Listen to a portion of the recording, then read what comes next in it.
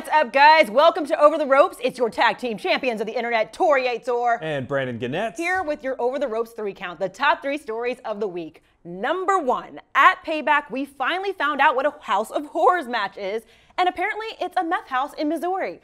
Bray Wyatt and Randy Orton battled it out in the house and eventually made their way back to the ring. Was the House of Horrors match everything we wanted? Brandon? Yes, and more. It was perfect. Look at this. No, that's horror. That just seems like an episode of Hoarders to me. Honestly, I just wanted more. Yeah, the baby dolls talked, and... Yeah, look, Bray Wyatt took the time to cover that couch before he got there. That's attention to detail. The House of Horrors. Home training. Yes, the House of Horrors was everything. Randy Orton showing up in a limo when he got there. And dress slacks and no shirt.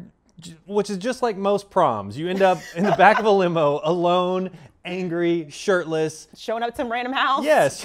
In there. You know how it is. But like, I loved everything about this because it was bad. I mean, it was an awful match, right? Oh, God. Everything about it was awful. But that's what made it so great because it was unintentionally hilarious. Well, I liked it. I want them to do more, like, shoot outside of the ring, bring it back into the ring. Yeah. I want more of that. Well, that was great. But like Bray Wyatt sitting outside of the house, I have crucified his soul, blah, blah, blah. And then he just steps into a limo like he's on The Bachelorette and he's like, to the arena. Give him his next rose. It was great and awful. And awful. On Monday Night Raw, we finally got the shakeup we've been waiting for when The Miz, Seth Rollins, and Finn Balor put on an incredible triple threat #1 contender match for the Intercontinental Championship. These three put on a clinic, and there were even run-ins from Samoa Joe and Bray Wyatt. Is this the shakeup Raw needed? Hell yeah. Yeah. Yeah. How are you going to don't eat this? Yeah, okay, look, the match was great. The match was wonderful. Everything you could want. Finn Balor looked like a star. The Miz looked like a star. Seth Rollins looked like Seth Rollins, like he always does, a star. Jesus. But they shouldn't have started out this thing by saying, we want the Universal Championship, which both of them did. And then Dean Ambrose comes in and he's like, hey man, Brock ain't around. You guys want to fight for this? And it's like, they've set us up for such a high pedestal and then expect us to believe this is the important belt. But I think this is perfect. This is going to elevate the IC belt because, like we know, Brock is not around. They have to have a belt to fight for. And I loved it. I think, and it sets up 3 different programs in one match. We got 3 different programs that we're going to have. Yes, we are going to get Bray Wyatt versus Finn Balor, which will probably bring back the Demon King, Finn Balor. Demon's coming back. So that could lead us to a whole new House of Horrors type match. We're just in hell. They're actually going to go to hell. I hope so. That's the next step, guys. Well, like we talked about, IC titles being defended because the Universal Championship, nowhere to be found. No.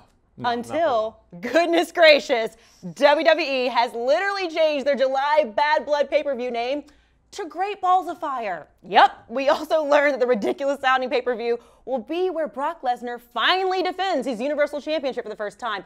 Hopefully not with burning testicles. What the hell is this? What the hell is this? Okay, well, nothing says we're in touch with today's youth by naming your pay-per-view after a song by a 1950s crooner. Like, legitimately, I thought he was dead. Like, no, he's definitely not dead. Or at best, he's naming this pay-per-view after a 1989, who was in that movie?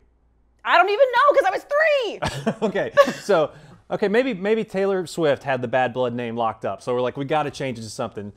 Great Balls of Fire, of course. Or maybe it's just that they were like, you know what? If we give this pay-per-view such a horrible name, nobody will even pay attention to the fact that Brock Lesnar is not defending the belt for 3 months. But they talked about it on Raw. Like, we know about it. He ain't coming because Brock is on his own time and does what he wants. But why at Great Balls? I can't even get it. Great Balls of Fire. I'm not saying. I mean, Jailhouse Rock would have worked. They're gonna be a prison theme. Yes, totally. Is there just gonna be like an STD theme? Well, no, that's a horrible idea. Maybe. I don't know. I don't know. Maybe September's Wop Bop a Loop Bop Bop Bamboo pay-per-view will explain everything. Everyone could just be in like a sock hop theme. Well, now it's time for our favorite part of the show. It's time to take your questions. We gathered 3 very important questions from social media. Number 1, Dallas Jackson, of course. Are you guys more impressed with Jeff Hardy taking the kick to the face and losing his tooth, or more excited that it could expedite the so far so slow play of Broken? Ooh. Broken needs to get here yesterday. I'm going to be honest. Yeah. I'm falling hard on the Hardys until we get Broken. Okay. Like, what are they doing? It's coming. Don't worry, it's coming. I am super impressed that Jeff Hardy got his tooth kicked out in the middle of the match. Clean. and finished the match. But more importantly, he kept the tooth through the entire match. He picked it up off the ground in the middle of a wrestling match, put it in one of his Jinko pockets, and carried it around through the entire event. You didn't know that Jinkos were useful. I did not. That's why. You can keep the tooth in there. Impressive, Jeff. Impressive. Number 2, Demon Diva. Hey, girl. Extreme Ruthless match. Who wins in an ambulance door versus House of Horrors fridge versus Corbin's forklift triple threat match? Oh. Fridge. Because listen to me. This is my thought. That fridge looks so nasty. So there's definitely like hepatitis. So like in the match, it would hurt you, but in the long run, you might suffer. Oh, that's a good so like call. that's theory, like that's strategy. Like I'm gonna hurt you now and later. First, I was thinking the ambulance door, definitely. Of course. Because naturally. Because it's attacked Roman Reigns several times. But I think maybe the boxes that Braun Strowman ran into when he missed the ambulance door may be the real winner of this bout, because I think that's what separated his shoulder. That's what did it. Just be aware, if there are boxes stacked up anywhere, that's an enemy. That is an enemy. That's an enemy. Yeah. That's coming to get you. Strowman flipped the ambulance. Boxes took him down. Every time. Every time. Nathan John Ramon said on Facebook, asked, do you think WWE should go 15 and up again? Oh. God, that's a tough one.